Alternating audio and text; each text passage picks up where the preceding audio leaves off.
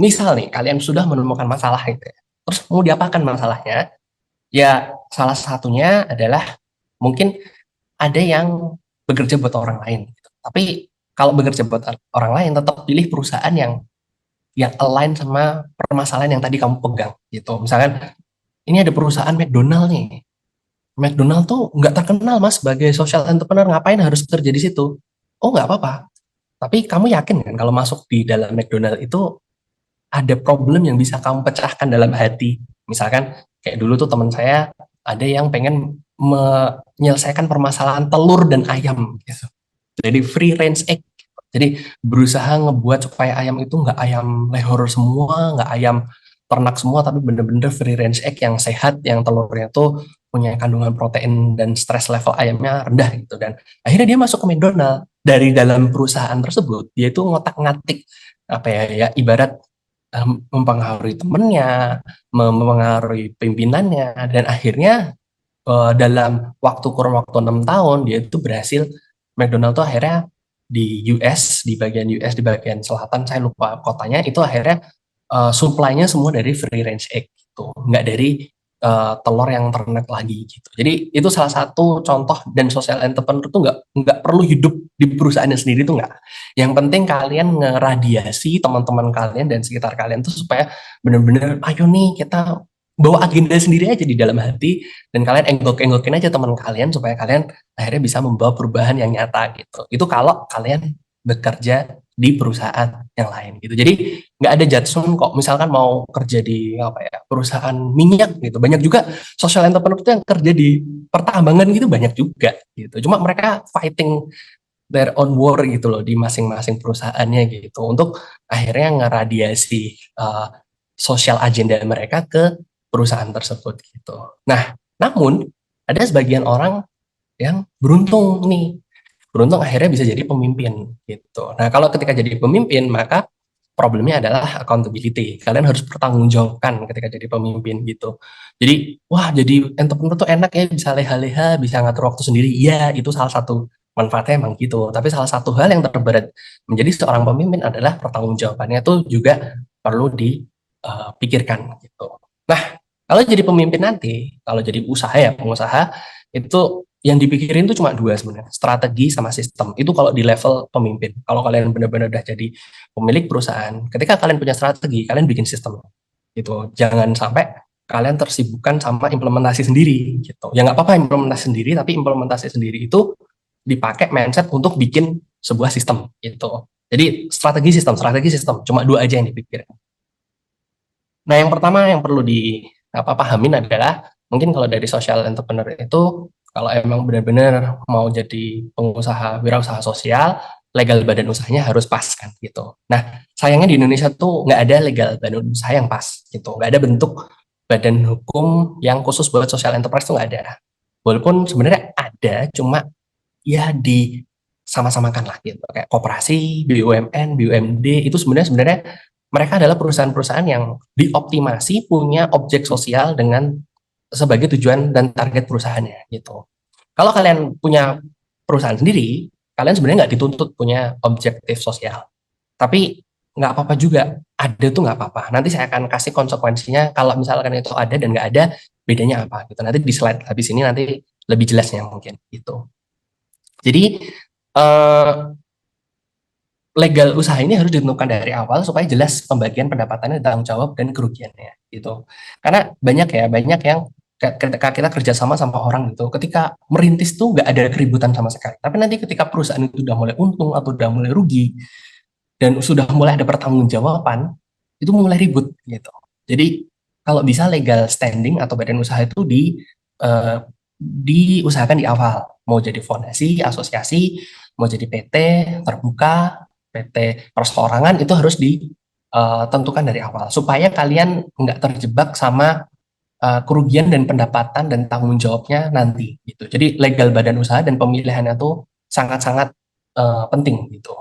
Karena itulah nanti yang akan membuat bisnis kalian jadi sustainable gitu. Percuma kalian mikirin idenya terus gitu. Jadi sama aja kayak aktivitas di TikTok tanpa login gitu. Jadi TikToknya tidak bisa merecord behavior kalian gitu. Sama aja kalau kalian usaha dan punya ide, terus nggak mau ngurus badan usahanya karena ribet, ya nanti akhirnya semua prestasi dan apanya jadi lebih ribet lagi untuk mempertanggungjawabkannya gitu.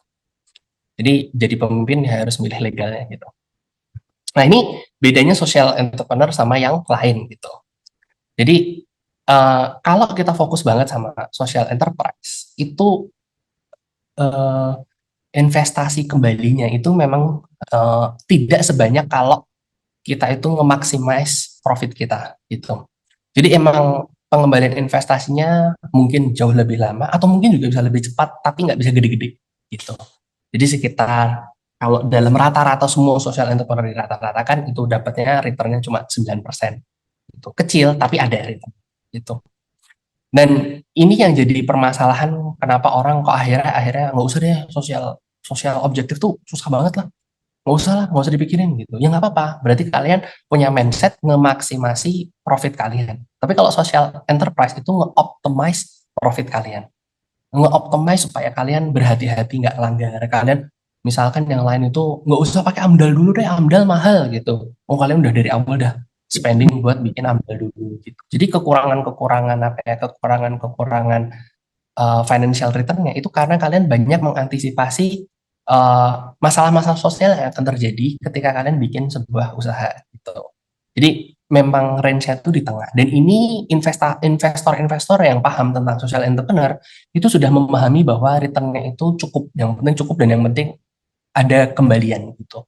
Dan mereka yakin bahwa itu yang nanti akan jadi lebih sustainable daripada yang profit marginnya gede banget atau yang profit maximizing itu nanti lama-lama akan bergeser ke tengah. Karena kita kan mulai ada tuntutan tentang lingkungan, tentang sosial juga kan di perusahaan. Jadi nanti yang profit maximizing bisnis itu nggak terbiasa sama hal-hal tersebut. Jadi terasa kayak, oh harus ngindarin pajak nih, harus apa sih, harus mempercepat eh, prototype, nggak apa-apa, ada korbannya, bunuh monyetnya deh, nggak apa-apa, banyak, biar kita cepat obatnya, biar cepat nyampe di market gitu. Kalau udah yang udah lihat masih The Fall of House of Usher gitu, kayak mungkin bisa ngeliat kalau maximizing profit itu juga apa ya, membawa orang itu jadi nggak waspada dan akhirnya terlalu jauh sama moral dan etika yang harusnya kita terapkan gitu.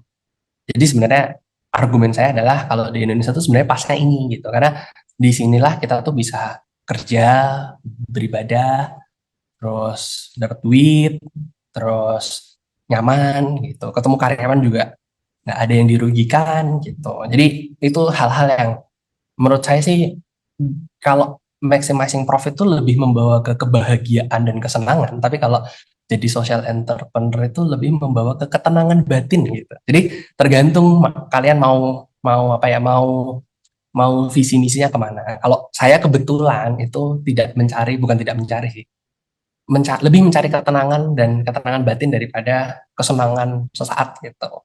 Jadi nggak apa-apa lah, mobilnya nggak listrik dulu gitu. Yang lain yang penting, yang penting karyawan kebayar, yang penting apa namanya, maternity leave-nya sama parent parenting programnya jalan dulu, beasiswa orang dalamnya jalan dulu gitu. Mungkin itu yang jadi salah satu concern ya kalau di social entrepreneur. Nah, ketika kalian udah dapat masalahnya, ini slide terakhir ya. Jadi kalau kalian udah dapat masalahnya, kalian nge-mix and match sama bisnis model apa yang kalian pengen pakai gitu. Bisnis model itu banyak ya. Ada yang SaaS, ada yang berdasarkan pengguna, ada yang ngecas langganan, ada yang transaksional, ada yang jadi marketplace, ada yang jualan iklan, produk, e-commerce, macam-macam, ada yang sampai waralaba dan lain sebagainya. Tapi yang penting ketika kalian sudah menemukan masalah, eh, nantinya kalian harus mencocokkan sama bisnis model mana yang cocok buat masalah tersebut. Misalkan kalian mau nge-solve tentang eh, contohnya kayak saya punya Deker dulu. Dekernya tuh ini case tadi paling sering tak pakai kalau untuk contoh karena paling gampang dipahamin gitu. Sebenarnya masalahnya banyak tapi yang paling gampang dipahami ini. Jadi waktu itu buka Deker. Masalahnya adalah orang tua tuh butuh penitipan anak yang sampai sore gitu. Oh ya udah nggak apa-apa buka Deker aja. Gitu. Buka Deker, terus modelnya adalah pakai uh, berdasarkan penggunaan. Jadi kalau misalkan dia sejam bayarnya 100.000, 2 jam dia 200.000. Jadi kalau makin panjang ya makin mahal bayarnya. Nah, tiba-tiba di dalam financial statement saya, dalam keuangannya itu tinggi banget keuangannya. Untung banget nih DKR, awalnya seneng nih. Wah, seneng banget ya. Tapi waktu ngelihat kejadian nyatanya di dalam lapangannya, ternyata profit yang tinggi itu berasal dari orang tua yang menitipkan anaknya lebih dari 72 sampai 82 jam. 82 jam, 72 jam itu berarti berhari-hari dia nitipkan anaknya gitu. Jadi ternyata pembukaan daycare dengan model bisnis tersebut itu mengencourage orang tua untuk menitipkan anaknya lebih lama. Walaupun itu mahal, nggak masalah. Yang penting mereka mau liburan, intinya gitu. Ya sebenarnya nggak apa-apa, cuma akhirnya waktu itu kan visi daycare-nya juga ada salah satunya untuk mendekatkan orang tua ke anaknya. Dan akhirnya ketika visi itu tidak terjadi, ya sebagai social entrepreneur sebenarnya kalau sebagai pengusaha biasa saya lanjutkan. Tapi karena saya social entrepreneur, ya udah saya potong tuh programnya.